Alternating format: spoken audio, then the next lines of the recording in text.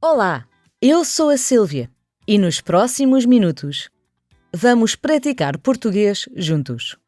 Vou ler uma história em velocidade normal. Depois, repito cada frase 2 vezes e tu repetes a seguir. Tenta copiar a pronúncia, o ritmo e a entoação.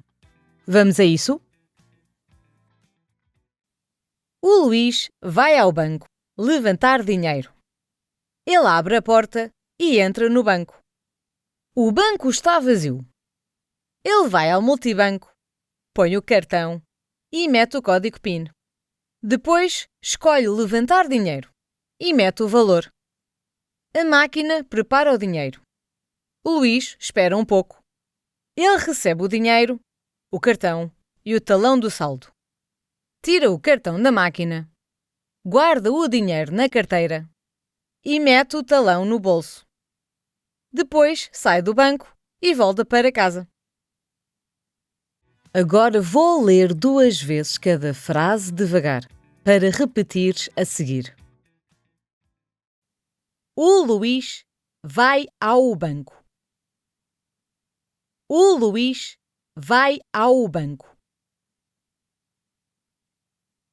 Levantar dinheiro.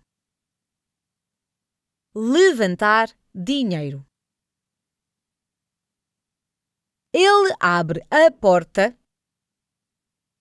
Ele abre a porta e entra no banco.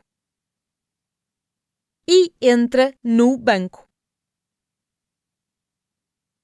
O banco está vazio.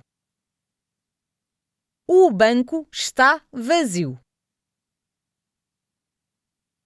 Ele vai ao multibanco. Ele vai ao multibanco. Põe o cartão. Põe o cartão. E mete o código PIN. E mete o código PIN. Depois escolhe levantar dinheiro. Depois escolhe levantar dinheiro. E mete o valor. E mete o valor. A máquina prepara o dinheiro. A máquina prepara o dinheiro. O Luís espera um pouco. O Luís espera um pouco. Ele recebe o dinheiro. Ele recebe o dinheiro.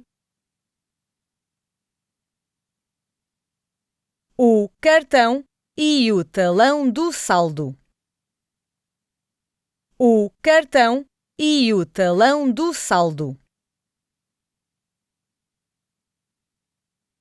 Tira o cartão da máquina. Tira o cartão da máquina. Guarda o dinheiro na carteira. Guarda o dinheiro na carteira. E mete o talão no bolso. E mete o talão no bolso. Depois sai do banco. Depois sai do banco e volta para casa. E volta para casa. Chegamos ao fim do desafio de hoje. Ouve novamente e repete as frases com calma. Um pouco todos os dias faz uma grande diferença. Até ao próximo episódio!